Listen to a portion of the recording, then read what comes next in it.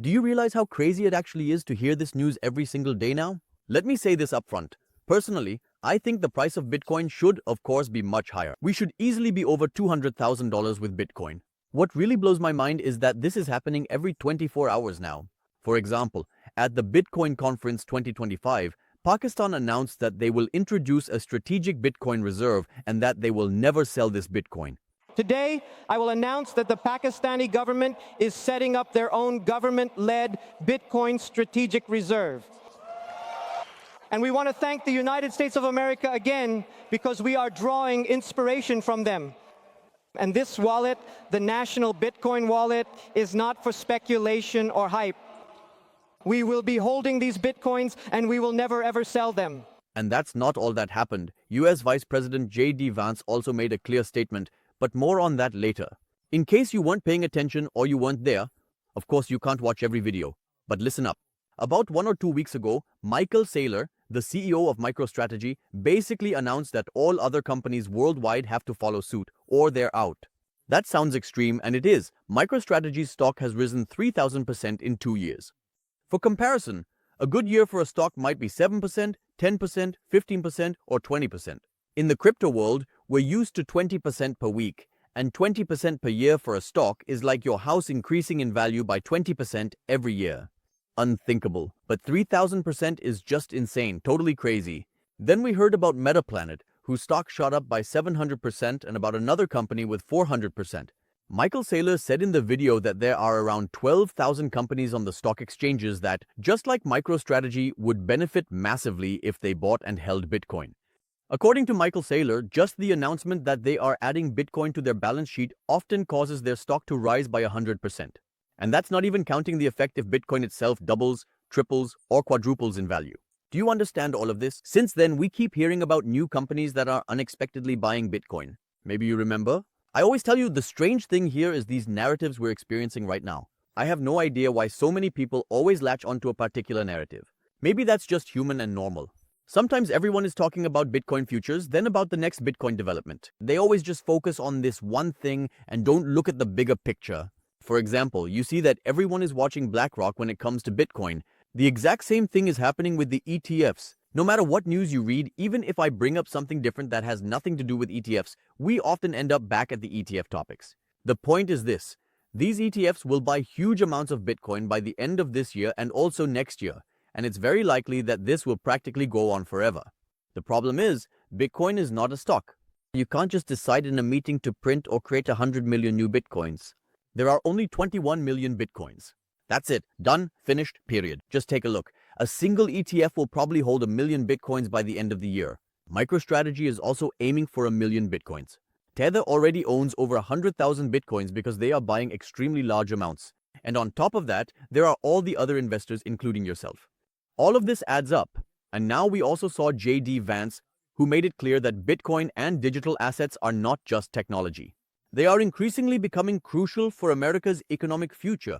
J.D. Vance emphasized that the rise of crypto and the public interest in Bitcoin will actually make the US dollar stronger, and that crypto will play a strategic role in the coming decades. You have to start thinking of the long-term strategic implications of Bitcoin. Bitcoin is owned by about 50 million Americans. A lot of Americans have made a lot of money, have created a lot of wealth for themselves, and that's a great thing. But I actually think that where Bitcoin is going is as a strategically important asset for the United States over the next decade. It's one of the reasons why President Trump, with the help of our great AI guy, David Sachs, it's one of the reasons why we started the Bitcoin Reserve. Because we want to start to put in motion the strategic importance of Bitcoin for the United States government. We know that the PRC doesn't like Bitcoin. The People's Republic of China doesn't like Bitcoin. Well, we should be asking ourselves, why is that? Why is our biggest adversary such an opponent of Bitcoin? And if the Communist Republic of China is turning away from Bitcoin, then maybe the United States should be embracing Bitcoin, and that's one of the things we're going to do.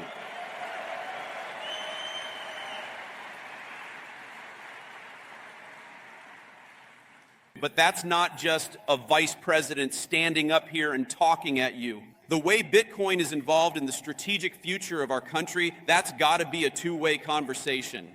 And so when I talk about getting involved in politics, one of the things you all need to do is keep giving us feedback and keep telling us the ways in which Bitcoin can play a positive role in the strategic future of this country. I know the Bitcoin Policy Institute is working on this very topic right now, but every one of you needs to be involved in this conversation. Because I don't think any of us want to wake up in a country 10 years from now that is less wealthy and less prosperous because we made bad decisions today. We're going to make the right decisions, but that depends on you all being part of the conversation. So be part of that conversation. Simply incredible. And as I recently explained, the Bitcoin holdings on crypto exchanges are shrinking dramatically every day. Every day, 300 million, 700 million, or even $1 billion worth of Bitcoin and Ether are leaving the exchanges. They're being withdrawn and, in all likelihood, won't be moved back. Pakistan wants to build up a Bitcoin reserve, or has probably already started doing so secretly in the background. New companies are constantly joining in, wanting to hoard as much Bitcoin as MicroStrategy. And that's impossible because Bitcoin is already so scarce. But their wallets are huge and they're going to try to buy more Bitcoin anyway. And the real problem? There are far fewer liquid Bitcoins than many people think, for example, on crypto exchanges. Every day, new companies announce that they're doing what MicroStrategy is doing. For example, the Basel Medical Group is currently negotiating exclusively to buy $1 billion worth of Bitcoin. They want to strengthen their balance sheets and diversify their currency reserves with this. And this is the trend we're currently witnessing, and it keeps intensifying the scarcity more and more. And this announcement is a major turning point for the healthcare company from Singapore, for example. It now wants to combine digital assets with aggressive growth. And recently, there was another company with similar plans. And this is the craziest part of the whole thing. Just imagine they want to start right away with $1 billion.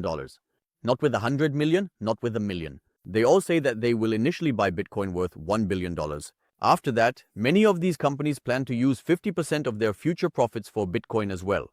And now ask yourself what will happen if new companies like this keep popping up every day, also buying and planning to buy Bitcoin. Yes is buying Bitcoin for the first time with $1 billion and might then want to invest another $300 million per quarter in Bitcoin. Imagine 15, 20, or even 35, 50 companies doing this, and new ones joining in every day wanting to do the same. And don't forget about the ETFs, the big investors, the whales, and the family offices. These wallet addresses have been buying 100, 200, or even 300 Bitcoin every single day for years, and it just doesn't stop.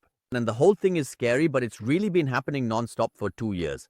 These whales will continue to be the major Bitcoin holders. That's why they're called whales.